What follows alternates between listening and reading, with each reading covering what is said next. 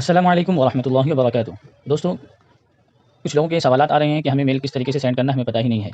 तो दोस्तों, सबसे पहले आप अपने व्हाट्सएप पे जाएँ, जहाँ पर क्यूआर आया है, वो क्यूआर को ओपन करें और 3 बटन को ओपन करें और अपनी इमेज जो है ऑप्शन को खोलें। ऑप्शन खुलेगा तो इमेज को सेव करें। इमेज को सेव करने के बाद आप जो है बैक जाएँ और इस तरीके से गूगल को ओपन करें। गूगल को ओपन करने के बाद आप गूगल लेंस में जाएँ। गूगल लेंस को जैसे ही आप ओपन करेंगे तो आपको वो फ़ोटो तलाश करनी है जो आपने सेव किया है।